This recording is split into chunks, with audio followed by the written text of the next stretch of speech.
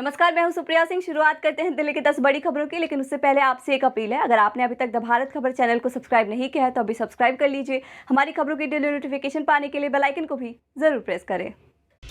राजधानी दिल्ली में कोरोना के बढ़ते ग्राफ के बीच दिल्ली सरकार ने नया आदेश जारी किया है। सरकारी आदेश के अनुसार अब दिल्ली में सार्वजनिक जगहों पर मास्क न पहनने पर 500 रुपए का जुर्माना लगाया जाएगा। वहीं अगर कोई प्राइवेट कार में साथ में यात्रा कर रहे हैं तो रियायत दी गई है, यानी प्राइवेट कार में मास्क की जरूरत नहीं होगी। शहर में कोरोना वायरस संक्रमण के बढ़ते मामलों के बीच स्वास्थ्य एवं परिवार कल्याण विभाग की तरफ से यह आदेश आया है। गौरतलब है कि डीडीएमए ने पिछले बुधवार को अपनी बैठक में सार्वजनिक जगहों पर मास्क अनिवार्य करने का फैसला किया था, क्योंकि दिल्ली सरकार ने 2 अप्रैल से सार्वजनिक स्थानों पर फेस मास्क नहीं पहनने पर 500 रुपए का जुर्माना हटा दिया था, क्योंकि तब कोविड के मामले काफी नियंत्रण में थे। वहीं कोरोना की बढ़ती रफ्तार को देखते हुए डीएमआरसी ने भी नियम में बदलाव किया है। अब मेट्रो में यात्रा करने वालों के लिए मास्क लगाना अनिवार्य कर दिया गया है। नियम का उल्लंघन करने वालों के खिलाफ 200 रुपए का जुर्माना लगाया जाएगा। वहीं दिल्ली में नए आंकड़ों की बात करें तो पिछले 24 घंटे में 1042 नए मामले मिले हैं और 2 लोगों की मौत भी हो गई है। हालांकि 757 मरीज रिकवर भी हुए हैं। कोरोना के खिलाफ जारी लड़ाई में अब दिल्ली सरकार ने सबसे कारगर हथियार वैक्सीन के प्रिकॉशन डोज को भी फ्री में देने का ऐलान कर दिया है। देश में पहली बार दिल्ली में प्रिकॉशन डोज फ्री में दिया जाएगा। गुरुवार को दिल्ली सरकार फैमिली वेलफेयर डिपार्टमेंट की तरफ से यह आदेश जारी किया गया है, जिसमें से 18 से 59 साल के लोगों के लिए दिल्ली के सभी सरकारी कोविड वैक्सीन सेंटरों पर प्रिकॉशन डोज फ्री में उपलब्ध कराया जाएगा, जिसके बाद अब कोविन ऐप पर भी स्लॉट उपलब्ध हो गए हैं। गौरतलब है कि दिल्ली सहित पूरे देश में 18 से 59 साल के लोगों के लिए प्रिकॉशन डोज की शुरुआत हुई थी, लेकिन केवल प्राइवेट वैक्सीनेशन सेंटरों पर ही ये तीसरी डोज उपलब्ध कराई जा रही थी और इसके एवज में लोगों को 386 रुपए देने पड़ रहे थे। किसी भी सरकारी वैक्सीनेशन सेंटर पर 18 से 59 साल वालों के लिए प्रिकॉशन डोज नहीं थी, लेकिन दिल्ली सरकार ने इसके लिए कोविन ऐप की वेबसाइट को अपडेट कराया है, जिसके बाद दिल्ली में अलग से प्रिकॉशन डोज के लिए फ्री वैक्सीनेशन साइट दिख रहा है। आपको बता दें कि हाल ही में स्वास्थ्य मंत्री सत्येंद्र जैन ने दिल्ली वालों को फ्री में प्रिकॉशन डोज देने की बात कही थी।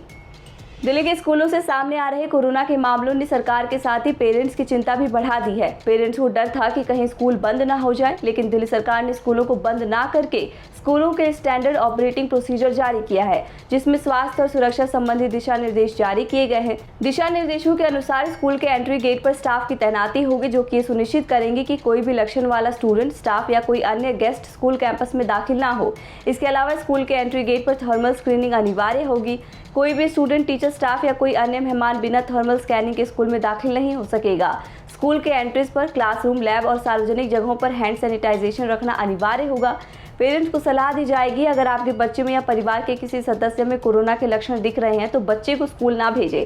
वहीं हर एक स्कूल में क्वारंटीन रूम की भी व्यवस्था होनी चाहिए। दिल्ली के जहांगीरपुर इलाके में एमसीडी की कार्रवाई के बाद डिप्टी सीएम मनीष सिसोदिया ने पार्टी के विधायकों को लेटर लिखा है। चिट्ठी में उन्होंने कहा है कि बीजेपी के गुंडे मकान मालिकों और दुकानदारों को धमकी दे रहे हैं और उनसे पैसों की वसूली में जुटे हुए हैं। इसके साथ ही उन्होंने अपने विधायकों से गुंडों को पकड़कर पुलिस के हवाले करने के लिए भी कहा है। सिसोदिया का ये भी आरोप है कि उनके विधानसभा क्षेत्र पटपरगंज की सोसाइटी से और कॉलोनियों से लोगों ने आकर इसकी शिकायतें की है। इसके साथ ही ग्रीन पार्क जैसी सोसाइटी से भी शिकायतें आई हैं। बीजेपी की इस कार्रवाई से लोग बहुत डरे हुए हैं। सिसोदिया ने कहा कि बीजेपी की गुंडाई को देखते हुए भय से आगे आने में डर रहे हैं कि कहीं वास्तव में वो उनके घर दुकान ना तोड़वा दे। सिसोदिया ने कहा कि भाजपा की इस गुंडाई की आम आदमी पार्टी कड़ी निंदा करती है। इस किस्म की खुलेआम गुंडागर्दी दिल्ली की जनता कभी बर्दाश्त नहीं करेगी। इसके साथ ही सिसोदिया ने आपके तमाम विधायकों से अपील की है कि भाजपा की इस नाजायज वसूली के खिलाफ वे लोगों की मदद करें।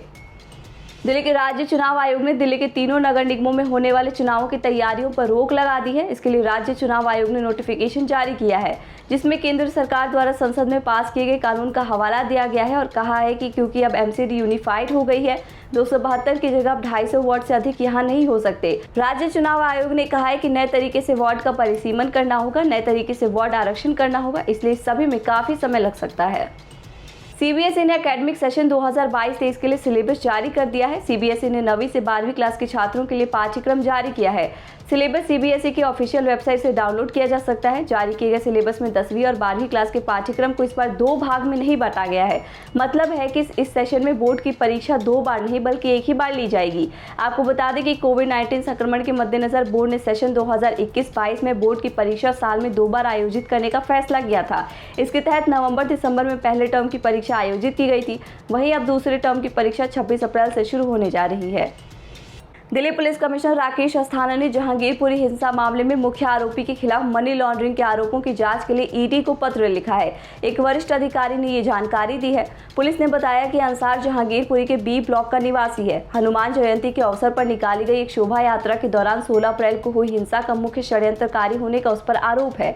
पुलिस ने कहा कि शुरुआती जांच के दौरान ये सामने आया है कि अंसार के कई बैंक खातों में रुपए हैं और उसके पास कई संपत्ति भी है जिन्हें कथित तौर पर जुए की रकम से खरीदा गया है। गोल्ड और मादक पदार्थों की तस्करी करने वालों की धरपकड़ करने के लिए एजेंसियां पूरी मुस्तैदी के साथ काम कर रही हैं, लेकिन इस गोरख धंधे में जुड़े लोग एजेंसियों की आंख में धूल झोंकने से पीछे नहीं हट रहे हैं, लेकिन वो उनकी नज़र से बच नहीं पा रहे हैं। ताज़ा मामला करोड़ों रुपए की कीमत की हाई क्वालिटी हेरोइन को जब्त करने का सामने आया है।